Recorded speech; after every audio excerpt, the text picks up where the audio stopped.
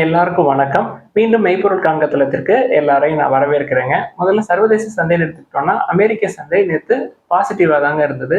Expect பண்ணது என்ன அப்படின்னா, கொஞ்சம் டவுன்ஃபால் இருக்கும் அப்படின்னு எக்ஸ்பெக்ட் பண்ணோம். எத வச்சு எக்ஸ்பெக்ட் பண்ணோம் அப்படின்னா, மோடிஸ் வந்து டவுன்கிரேட் பண்ணியிருந்தாங்க கிரெடிட் ரேட்டிங்க, டெட் கன்சர்னால. அதனால நேத்து காலையில ஃபியூச்சர்ஸ் மார்க்கெட் வந்து நெகட்டிவ்ல இருந்தது 1%க்கு மேல. அதனால மார்க்கெட் விழுன்னு எதிர்பார்த்தோம். மார்க்கெட்டை பொறுத்த வரைக்கும் நம்ம என்ன எக்ஸ்பெக்ட் பண்றோமோ அது வந்து நடக்காதுங்க பெரும்பாலும். அதற்கு இது ஒரு எடுத்துக்காட்டு. யூஎஸை பொறுத்த வரைக்கும் கடன் அப்படின்னா $36 ட்ரில்லியன் வந்து சொல்றாங்க. இந்த டவுன்கிரேட் அப்படின்றது 1919க்கு அப்புறம் அவங்களோட கிரெடிட் ரேட்டிங்கை AAA இருந்து AA1 இப்பதான் வந்து குறைச்சிருக்கிறாங்க. மோடிஸ் என்ன சொல்றாங்க, இதே மாதிரி கடனை வந்து கவர்மெண்ட்ஸ் போன கவர்மெண்ட்டும் சரி இந்த கவர்மெண்ட்டும் சரி குறைக்கிறதுக்கான வேலைப்பாடுகள்ல ஈடுபடலை அப்படின்ற மாதிரி சொல்லியிருக்கிறாங்க. தென் இதே மாதிரி போயிட்டு இருந்துச்சு அப்படின்னா இன்னொரு 10 வருஷத்துல அடிஷ்னலா ஒரு $4 ட்ரில்லியன் கடன் வந்து அதிகமாயிரும் அப்படின்னு சொல்லியிருக்கிறாங்க. ஸ்பெண்டிங் வந்து நிறைய இருக்கு தொடர்ந்து. ஆனா அந்த ஸ்பெண்டிங்க்கு ஏற்ற ரெவன்யூ growth இல்ல, பிளாட்டா தான் இருக்கு அப்படின்னு சொல்லியிருக்கிறாங்க. இதனால மார்க்கெட் வந்து குறையும் எதிர்பார்த்தோம், ஆனா அது நடக்கல.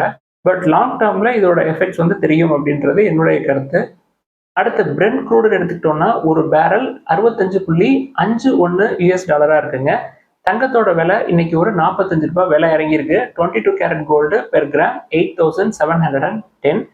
அமெரிக்க டாலருக்கு நிகரான இந்திய ரூபாயோட மதிப்பு 85.45 இந்திய ரூபாயா இருக்குங்க. நேத்து எஃப்ஐஐஸ் டிஐஎஸ் ரெண்டு பேருமே கேஷ் செக்மெண்ட்ல நெட் செல்லர்ஸா தான் இருந்திருக்காங்க. எஃப்ஐஎஸ் வந்து ஒரு 526 கோடிக்கு பக்கமா வித்திருக்காங்க, நெட் செல்லரா இருந்திருக்காங்க. டிஐஎஸ் வந்து ஒரு 238 கோடி வித்திருக்காங்க.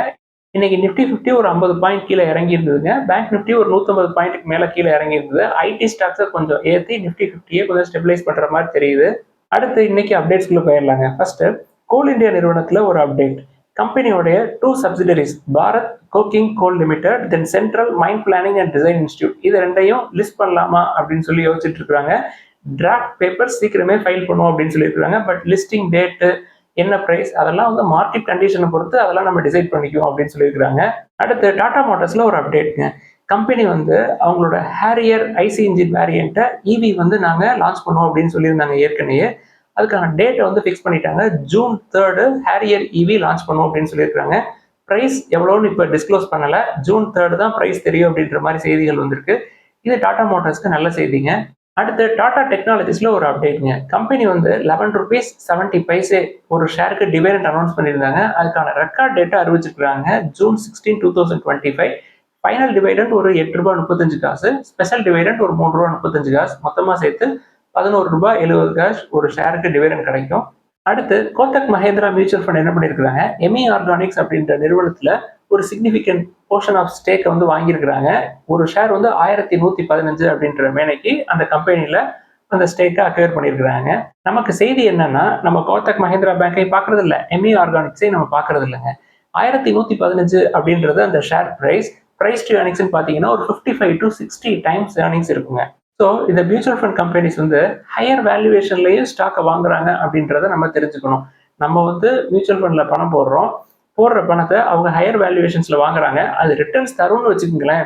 பட் லோயர் வேல்யூவேஷனில் வாங்குறப்ப எவ்வளோ ரிட்டர்ன் தருமோ அதை விட ஹையர் வேல்யூவேஷனில் வாங்குறப்ப கம்மியாக தான் ரிட்டர்ன்ஸ் தரும் அப்படின்றத நம்ம புரிஞ்சுக்கணுங்க. ஃபர்ஸ்ட் எமி ஆர்கானிக்ஸ் மேலே ஏறிடுச்சு, ஒரு ₹50 மேலே ஏறிடுச்சுங்க. பட் பணம் நம்ம கண்ட்ரோலில் இருக்கிறப்ப நல்ல அண்டர் வேல்யூட் ஸ்டாக்ஸை தேடி பிடிச்சி நம்மளே வாங்கலாம், நல்ல ரிட்டர்ன்ஸ் பார்க்கலாம் அப்படின்றது என்னுடைய கருத்து. எமி ஆர்கானிக்ஸை பொறுத்த வரைக்கும் ப்ரொமோட்டர்ஸ் அவங்களோட ஸ்டேக்கை வித்துருக்காங்க. அதை தான் கோத்தக் மஹேந்திரா மியூச்சுவல் ஃபண்ட்ஸ் வாங்கியிருக்கிறாங்க. அடுத்து ஐடிஎஃப்சி ஃபர்ஸ்ட் பேங்க்ல ஒரு அப்டேட்டுங்க. நம்ம ஒரு 2 வாரத்துக்கு முன்னாடி பேசணும். ஐடிஎஃப்சி ஃபர்ஸ்ட் பேங்க்ல வார்பேக் பிங்கர்ஸ் ஒரு 7,500 crore பக்கமா இன்வெஸ்ட் பண்ண போறாங்க அப்படின்னு சொல்லியிருந்தோம் இல்லையா. இந்த இன்வெஸ்ட்மெண்ட்ஸ் மூலமா வார்பேக் பிங்கர்ஸோட இன்வெஸ்ட்மெண்ட் ஆஃப் கரன்சி இன்வெஸ்ட்மெண்ட்ஸ்க்கு போர்டில் சீட் கிடைக்கும் அப்படின்ற செய்திகளை நம்ம ஏற்கனவே பேசியிருந்தோங்க. ஆனால் வார்பேக் பிங்கர்ஸோட போர்டில் உட்கார வைக்கிறதுக்கு ஷேர் ஹோல்டர்ஸ் வந்து அப்ரூவல் கிடைக்கல. 64.1% தான் சப்போர்ட் கிடைச்சிருக்கு. என்னதான் ரீட்டைல் இன்வெஸ்டர்ஸ் 98% சப்போர்ட் கொடுத்திருந்தாலும் இன்ஸ்டிடியூஷன்ஸ் வந்து இதை அப்போஸ் பண்ணியிருக்காங்க. ஸோ அவங்கள உட்கார வைக்கணும் அப்படின்னா ஒரு 75% சப்போர்ட் வேணுங்க ஷேர் ஹோல்டர்ஸ் இருந்து. ஸோ வார்பேக் பிங்கர்ஸோட இன்வெஸ்ட்மெண்ட்ஸை பொறுத்த வரைக்கும் அவங்க இன்வெஸ்ட் பண்றாங்க, போர்டில் அவங்களுக்கு ஒரு இடம் இருக்கும் அப்படின்றதான் டீலாக இருக்கும். ஸோ இந்த டீல் வந்து டிலே ஆகலாம். ஆனால் வார்பேக் பிங்கர்ஸ் வந்து ஃபண்டை எப்படியும் போட்டுருவாங்க அப்படின்றது தெரியுதுங்க. அதுக்கான அப்ரூவல்லாம் கிடைச்சிருச்சு. ஸோ இந்த போர்டில் சீட் கிடைக்கிறது வந்து இன்னும் கொஞ்ச நாள் டிலே ஆகலாம் அப்படின்னு நினைக்கிறேன். அடுத்து ஃபினான்ஷியல் இயர் 25 எடுத்துக்கிட்டோம் அப்படின்னா மியூச்சுவல் ஃபண்டில் கொண்டு போய் பணத்தை போடுவாங்க இல்லையா. இது ஃபினான்ஷியல் இயர் 24 கம்பேர் பண்ணுறப்ப இந்த அசெட் அண்டர் மேனேஜ்மெண்ட் அப்படின்றது 23% ஏறி இருக்குங்க year on year financial year 24 compare பண்ணுறப்ப. அசெட் அண்டர் மேனேஜ்மெண்ட் ரெக்கார்ட் ஹைங்க ஃபினான்ஷியல் 25ல as of March 31, 2025 எடுத்துக்கிட்டோம்னா 65.7 lakh crores இருக்குங்க. இது as of March 2024 எடுத்துக்கிட்டோம் அப்படின்னா asset under management 55.40 lakh crores இருந்திருக்கு. Number of folios then investor base ரெண்டுமே கூடி இருக்குங்க. நம்பர் ஆஃப் ஃபோலியோஸ் எடுத்துக்கிட்டீங்கன்னா 23.45 crores இருக்கு. நம்பர் ஆஃப் இன்வெஸ்டர் பேஸ் அப்படின்னு எடுத்துக்கிட்டோம்னா 5.67 crores இருக்குங்க. அடுத்து வோடஃபோன் ஐடியா நிறுவனத்துல ஒரு அப்டேட்டுங்க. கம்பெனிக்கு ஏஜிஆர் டியூஸ் இருக்கு அப்படின்றது எல்லாருக்குமே தெரியுங்க. ஏஜிஆர் டியூஸோட இன்ட்ரெஸ்ட் தென் பெனால்டி காம்போனன்ட் எல்லாம் சேர்த்தோம் அப்படின்னா ஒரு 83,000 கோடி. ஸோ இந்த தொகையை வந்து தள்ளுபடி பண்ண சொல்லி கோர்ட்ல வழக்குகள் இருந்ததுங்க. சுப்ரீம் கோர்ட் இந்த வழக்குகளை தள்ளுபடி பண்ணிட்டாங்க. அப்படிலாம் பண்ண முடியாது அப்படின்ற மாதிரி சொல்லிட்டாங்க. வோடஃபோன் ஐடியா நிறுவனத்தை பொறுத்த வரைக்கும் அவங்களோட ஏஜிஆர் டியூஸை டிஃபர்டு பேமெண்ட் ஸ்கீம் அப்படின்ற ஸ்கீமுக்கு கீழே ஒரு வருஷத்துக்கு 18,000 கோடி ஃபினான்ஷியல் 26ல இருந்து கட்டணும் அப்படின்னு சொல்லியிருந்தாங்க. பட் அவங்களோட ஆப்ரேஷனல் கேஷ் ஜென்ரேஷனே எவ்வளவுதான் அப்படின்னா 9,200 crores தான். ஸோ அவங்களால இதை கட்ட முடியாது அப்படின்றது தெளிவா தெரியுதுங்க. கம்பெனிக்கு என்ன சிக்கல் அப்படின்னா இவ்வளவு கடன் இருக்கிறதுனால கிட்டத்தட்ட 1,50,000 கோடிக்கு மேல கடன் இருக்குங்க. இவ்வளவு கடன் இருக்கிறதுனால பேங்க்ல கடன் வந்து கொடுக்க மாட்டாங்க. தென் ஃப்ரெஷ் இன்வெஸ்டர்ஸ் யாரும் பணத்தை கொண்டு வந்து கம்பெனில போட மாட்டாங்க. அவங்களால முடிஞ்சதை எல்லாம் பண்றாங்க. அதாவது கவர்மெண்ட் ஒரு 49% ஸ்டேக்கை கொடுத்து ஒரு 36,950 crores அந்த ஏஜிஆர் டியூஸை குறைச்சாங்க. ஆனாலும் இன்னும் கடன் ரொம்ப ரொம்ப அதிகம். ஸோ விலை 10 ரூபாய்க்கு உள்ள இருக்கு, நல்ல நிறுவனம் அப்படின்னு சொல்லிட்டு உள்ள போய் நம்ம மாட்டிக்கூடாது, கவனமா இருக்கணும். அடுத்து சவுத் இந்தியன் பேங்க்ல ஒரு அப்டேட்ங்க. எம்டி சிஓ PR சேஷாத்ரி அவர்கள் என்ன சொல்றாங்க, அவங்களோட லோன் புக்கை ஃபினான்ஷியல் 26ல நாங்கள் 12%ல க்ரோ ஆகும் அப்படின்னு சொல்லியிருக்காங்க. எங்களோட ஃபோக்கஸ் வந்து ரீட்டைல் எம்எஸ்எம்இல அதிகமா இருக்கும் அப்படின்ற மாதிரி சொல்லியிருக்காங்க. குறிப்பா எம்எஸ்எம்இல லோன் க்ரோத் அப்படின்றது 20% நாங்க பின்னாடி கொண்டு போவோம். இந்த எம்எஸ்எம்இ ரீட்டைல் செக்மெண்ட்ல அதிகமா ஃபோக்கஸ் பண்றதுனால கார்பரேட் லோன் புக் குறையறதுக்கான வாய்ப்புகள் இருக்கும். அதே மாதிரி டெபாசிட் க்ரோத்தும் 10 to 11%ல நாங்கள் க்ரோ ஆகும் அப்படின்னு சொல்லி சேஷாத்ரி அவர்கள் சொல்றாங்க. ஸோ பேங்க் இப்பயுமே நல்ல வேல்யூவேஷன்ல தான் இருக்கு. நம்ம 25க்குள்ளே கன்சிடர் பண்ணிட்டோம். இன்னைக்கு அது 29க்கு பக்கமா வந்துருச்சு. இப்பயே உங்க எல்லாருக்குமே 15%க்கு மேல ரிட்டர்ன்ஸ் கிடைச்சிருக்கும். அடுத்து இண்டஸ்இண்ட் பேங்க்ல 2 அப்டேட்டுங்க. ஃபர்ஸ்ட் அப்டேட் என்ன அப்படின்னா மார்ச் 10ஆம் தேதி வாக்குல இந்த அக்கௌண்டிங் லேப்சஸ்னால ஷேர் பிரைஸ் பயங்கரமா கீழே விழுந்தது இல்லையா? ஸோ அந்த விஷயம் ஏற்கனவே தெரிஞ்சு ஸ்டாக் ஆப்ஷன்ஸ்ல நிறைய வித்திருப்பாங்க பேங்க் அஃபீஷியல்ஸ் அப்படின்னு சொல்லிட்டு செபி வந்து ஒரு 6 பேங்க் அஃபீஷியல்ஸை தொடர்ந்து இன்வெஸ்டிகேட் பண்ணிட்டு இருக்காங்க. அடுத்து 2வது அப்டேட் என்ன அப்படின்னா இண்டஸ்இண்ட் இன்டர்நேஷனல் ஹோல்டிங் லிமிடெட் வந்து இன்வெஸ்கோ ஏஎம்சி அப்படின்ற நிறுவனத்துல 60% ஸ்டேக்கை வாங்குறதுக்கு ஏற்கனவே டீல்லாம் போட்டிருந்தாங்க. இதுக்கு செபி வந்து இன் பிரின்சிபல் அப்ரூவல்லாம் கொடுத்துட்டாங்க. பட் ஸ்பான்சர் அப்ரூவல் இன்னும் கொடுக்கலங்க. ஸ்பான்சர் அப்ரூவல் கொடுக்கறதுக்கு டிலே ஆகும் அப்படின்ற மாதிரி தெரியுது. என்ன காரணம் அப்படின்னா கம்பெனி வந்து ஏற்கனவே ரிலையன்ஸ் கேபிட்டல் அக்வயர் பண்றதுக்கு அவங்களோட கம்பெனிஸ் இருக்கும் இல்லையா, அதுல ப்ரொமோட்டர்ஸ் ஹோல்டிங்ஸ் எல்லாம் நிறைய பிளட்ஜ் பண்ணி தான் பணத்தை எடுத்து ரிலையன்ஸ் கேபிட்டல் அக்வயர் பண்ணியிருக்காங்க. இதற்கு மத்தியில் இண்டஸ்இண்ட் பேங்க் பல சிக்கலுக்கு நடுவில் ஆளாயிட்டு இருக்குங்க. அவங்களோட நெட் ஒர்த்து ஒரு 2.3% வரைக்கும் குறையறதுக்கான வாய்ப்பு இருக்கு அப்படின்னு சொல்லியிருந்தோம் இல்லையா? ஸோ இந்த அப்ரூவல் கிடைக்கிறதுக்கு அவங்க இன்னும் கொஞ்ச நாள் வெயிட் பண்ண வேண்டியிருக்கும். ஆனால் இந்த அப்ரூவல் கிடைச்சிச்சு அப்படின்னா ரிலையன்ஸ் கேபிட்டல் அக்வயர் பண்ணப்போ அவங்களுக்கு ரிலையன்ஸ் செக்யூரிட்டிஸ் கிடைச்சிருக்கும். தென் இன்னொரு ஏஎம்சி உள்ள கிடைக்கிறப்ப இது ரெண்டும் சேர்ந்து இண்டஸ்இண்ட் பேங்கை ஸ்ட்ரென்தன் பண்ணும் அப்படின்றதுல எந்த சந்தேகமே இல்லைங்க. இண்டஸ்இண்ட் பேங்கை பொறுத்த வரைக்கும் இந்த பிரச்சனையில இருந்தெல்லாம் வெளில வர்றதுக்கு இன்னொரு 2-3 வருஷத்துக்கு மேல ஆயிருங்க. அடுத்து போரசல் ரெனியூபிள்ஸ்ல ஒரு அப்டேட்டுங்க. கம்பெனி வந்து ஒரு 950 crores இன்வெஸ்ட் பண்றாங்க அவங்களோட கெப்பாசிட்டியை எக்ஸ்பேண்ட் பண்றதுக்காக குஜராத்ல இருக்கிற அவங்க பிளான்ட்ல. அதுக்கான ப்ராசஸை இவங்க ஸ்டார்ட் பண்ணியிருக்காங்க.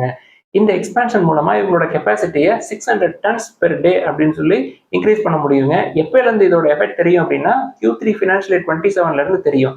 போரசல் ரெனியூபிள்ஸை பொறுத்த வரைக்கும் இந்த சோலார் பேனல்ஸ்க்கு தேவையான டெம்பர்ட் கிளாஸஸை இவங்க ரெடி பண்ணி கொடுக்குறாங்க.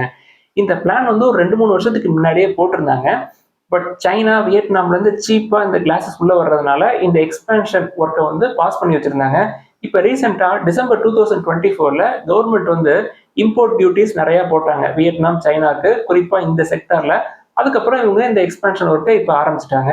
அடுத்து பாரத் எலக்ட்ரானிக்ஸ் லிமிடெடோட Q4 ஃபினான்ஷியல் 25 ரிசல்ட்ஸ் வந்திருக்குங்க. கன்சாலிடேட்டட் நெட் ப்ராஃபிட் 18% ஏறி இருக்கு இயர் ஆன் இயர். ரெவன்யூ 7% ஏறி இருக்குங்க. டிவைடட் அனௌன்ஸ் பண்ணியிருக்காங்க 90 பைசே ஒரு ஷேருக்கு. அடுத்து ஐஆர்பி இன்ஃப்ராஸ்ட்ரக்சர் டெவலப்பர்ஸ் உடைய Q4 ஃபினான்ஷியல் 25 ரிசல்ட்ஸ் வந்திருக்குங்க. நெட் ப்ராஃபிட் வந்து 13.7% ஏறி இருக்கு இயர் ஆன் இயர். ரெவன்யூ வந்து 4.3% ஏறி இருக்குங்க. பட் சீக்வன்சியல் பேசிஸ்ல பார்த்தோம் அப்படின்னா ரெவன்யூ வந்து 6.1% தான் ஏறி இருக்கு. பட் ப்ராஃபிட் வந்து 96% விழுந்திருக்கு. என்ன காரணம் அப்படின்னா Q3 ஃபினான்ஷியல் 25ல அவங்களுக்கு ஒரு ஒன் டைம் கெயின் கிடைச்சது. அதனால இந்த குவார்டர்ல ப்ராஃபிட் வந்து 96% குறைஞ்ச மாதிரி தெரியுதுங்க. கம்பெனியை பொறுத்த வரைக்கும் ஃபினான்ஷியல் 25ல இவங்களோட டோட்டல் ரெவன்யூ க்ரோத் 23% இருந்திருக்குங்க. அடுத்து பெட்ரோநெட் எல்என்ஜியுடைய Q4 ஃபினான்ஷியல் இயர் 25 ரிசல்ட்ஸ் வந்துருக்குங்க. நெட் ப்ராஃபிட் வந்து 45% ஏறி இருக்கு. ரெவன்யூ 10% கீழே இறங்கி இருக்குங்க. ரெவன்யூ குறைஞ்சிருந்தாலும் ப்ராஃபிட் கூடுனதுக்கு என்ன காரணம் அப்படின்னா எக்ஸ்பென்சஸ் 14% குறைஞ்சிருக்கு இயர் ஆன் இயர். கம்பெனி வந்து ஃபைனல் டிவைடெண்ட் ₹3 அனௌன்ஸ் பண்ணியிருக்காங்க பெர் ஷேருக்கு. ஃபுல் ஃபினான்ஷியல் இயர்னு எடுத்துக்கிட்டோம்னா நெட் ப்ராஃபிட் வந்து 8.7% ஏறி இருக்குங்க ஃபினான்ஷியல் இயர் 24 கம்பேர் பண்றப்ப. அடுத்து இன்னைக்கு கேள்விகளுக்குள்ள போயிடலாங்க. First, Equitas small finance bank எப்படி சார் ஃபியூச்சர் எப்படி இருக்கும் அப்படின்னு சொல்லி கேட்குறாங்க. ஈக்விட்டாஸ் ஸ்மால் ஃபைனான்ஸ் பேங்கை பொறுத்த வரைக்கும் வேல்யூவேஷன் எனக்கு அதிகமாக தாங்க தெரியுது. பிரைஸ் டு earnings பார்த்தீங்கன்னா 50 கிட்ட இருக்கு. என்னதான் பிரைஸ் டு புக் 1.5 கீழே இருந்தாலும் நம்ம என்ன சொல்றோம், உங்களுக்கு பேங்கிங் வேணும் அப்படின்னா பேங்கிங் ஸ்டாக்கு போயிருங்க. மைக்ரோ ஃபைனான்ஸ் வேணும் அப்படின்னா மைக்ரோ ஃபைனான்ஸ் சைடு போயிடுறது நல்லதுங்க. நம்ம மைக்ரோ ஃபைனான்ஸ் எக்ஸ்போஷருக்காக தாங்க சூரியோ ஸ்மால் ஃபைனான்ஸ் பேங்கை பார்க்குறோம். பட் உங்களுக்கு மைக்ரோ ஃபைனான்ஸ் வேணும் அப்படின்னா Spandana Sphoorty, Muthoot micro finance side போயிடலாம்.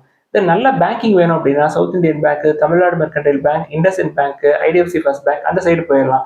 நடுவில் இங்கே போய் நின்று மாட்டிக்கூடாதுங்க. அடுத்து டாடா கெமிக்கல்ஸ் நிறுவனத்தில் ஒரு கேள்வி கேட்டிருக்கிறாங்க. என்ன அப்படின்னா அவர் ஃபர்ஸ்ட் கன்சிடர் பண்றப்ப பிரைஸ் டு புக் 0.9 இருந்திருக்குங்க. ஏர்னிங்ஸ் வந்து 35 டைம்ஸ் இருந்திருக்குது. இப்போ Q4 ஃபினான்ஷியல் இயர் 25 வந்ததுக்கு அப்புறம் ஷேர் பிரைஸ் எடுத்துக்கிட்டோம்னா கொஞ்சம் ஏறிடுச்சு. பிரைஸ் டு புக் 1.1க்கு வந்துருச்சு. பிரைஸ் டு earnings 90க்கு வந்துருச்சு. தொடர்ந்து கன்சிடர் பண்ணலாமா அப்படின்னு சொல்லி கேட்டிருக்கிறாருங்க. ஸோ பிரைஸ் டு புக் எப்போ 1க்கு வருதோ அந்த லெவலில் நம்ம கன்சிடர் பண்ணலாங்க. சேஃபர் சைடில் நம்ம இருந்துக்கிறது நல்லது. அடுத்து பவர் கிரிட் இன்ஃப்ராஸ்ட்ரக்சர் இன்வெஸ்ட்மெண்ட் ட்ரஸ்ட்டை தொடர்ந்து கன்சிடர் பண்ணலாமா, இப்போயே நல்ல வேல்யூவேஷனில் தான் இருக்கா அப்படின்னு சொல்லி கேட்டிருக்காங்க. இப்போயே நல்ல வேல்யூவேஷனில் தான் இருக்கு. அது ஒரு பாண்டு இன்ஸ்ட்ருமெண்ட் மாதிரி தாங்க. நம்மளால பாண்டு கன்சிடர் பண்ண முடியல அப்படின்னா பவர் கிரிட் இன்ஃப்ராஸ்ட்ரக்சர் இன்வெஸ்ட்மெண்ட் ட்ரஸ்ட்டை கன்சிடர் பண்ணலாம். அது உங்களுக்கு மேலையும் கீழையும் போறது ரொம்ப கஷ்டமா இருந்தது அப்படின்னா பெட்டர் பாண்டுக்குள்ளேயே போயிடுறது நல்லதுங்க. இன்ட்ரெஸ்ட் ரேட்ஸ் தொடர்ந்து குறையிற மாதிரி தெரியுதுங்க. இன்ட்ரெஸ்ட் ரேட் குறையிறப்ப இந்த ஷேர் பிரைஸ் வந்து கொஞ்சம் ஏறுறதுக்கான வாய்ப்புகள் இருக்கும். அடுத்து ஸ்விங் ட்ரேடிங், தென் மல்டி பேக்கர் ஸ்டாக்ஸ் இதை பத்தி எல்லாம் பேசுங்க சார்னு சொல்லியிருக்காங்க. நான் ஏற்கனவே பல தடவை சொல்லியிருக்கிறேங்க, நம்ம வந்து ட்ரேடிங் பண்றதே கிடையாது. தென் இதுதான் மல்டி பேக்கர் ஸ்டாக் அப்படின்னு யாராலையுமே சொல்றது ரொம்ப கடினங்க. என்னையை பொறுத்த வரைக்கும் நம்ம வந்து லாஸ் ஆகக்கூடாது. ஒரு ரிட்டர்ன்ஸ் ஒரு 15%க்கு மேல ஒரு 20% வரைக்கும் வச்சுக்கோமே, ஒரு வருஷத்துக்கு ஒரு 13 to 17% வரைக்கும் ரிட்டர்ன்ஸ் வேணும் அப்படின்றதுக்காக தான் நம்ம ஈக்விட்டிக்குள்ளேயே வர்றோம். நம்மளுக்கு 3 times 4 timesலாம் ஒரே வருஷத்துல எனக்கு வேணாம், ஒரு 10 வருஷம் வெயிட் பண்ணி ஒரு 4 times 5 times போகுது அப்படின்னா வெல் அண்ட் குட்.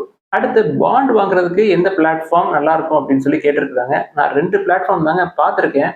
ஒன்று அப்ஸ்டாக்ஸ், இன்னொன்று வந்து ஐசிஐசிஐ டைரக்ட். பட் எனக்கு ஐசிஐசிஐ டைரக்டை விட அப்ஸ்டாக்ஸ் வந்து ரொம்ப ஈஸியாக இருக்கிற மாதிரி தெரியுது. அடுத்த ஒரு நண்பர் என்ன எழுதியிருக்கிறாரு, RVNL 374 அந்த பிரைஸ்ல ஆவரேஜ்ல இருக்கு, இப்போ இதை ஹோல்ட் பண்றதா அப்படின்னு சொல்லி கேட்டிருக்கிறாருங்க. பிரைஸ் டு earnings 60 டைம்ஸ் பக்கமா இருக்கு. இப்போ ரீசெண்டாக ஒரு சில ரிப்போர்ட்ஸ் எல்லாம் படிச்சேங்க. ஃபினான்ஷியல் இயர் 26ல இந்த ரயில்வே ஸ்டாக்ஸ் எல்லாம் பெருசா மூவ்மெண்ட் இருக்காது அப்படின்ற மாதிரிலாம் போட்டிருந்தாங்க. ஸோ ஹோல்ட் பண்ணுவோம், லாஸ்ட்ல புக் பண்ண வேணாம். இனிமே நீங்க ஃப்ரெஷ்ஷா கன்சிடர் பண்றது, நல்ல வேல்யூவேஷன்ல கன்சிடர் பண்றது நல்லதுங்க. அடுத்து ஒரு போர்ட்ஃபோலியோ டைவர்சிஃபைடா இருக்கணும் அப்படின்னா 5 or 6 டிஃப்ரெண்ட் செக்டர்ல இன்வெஸ்ட் பண்ணலாமா லார்ஜ் கேப்ல அப்படின்னு சொல்லி கேட்டிருக்காங்க.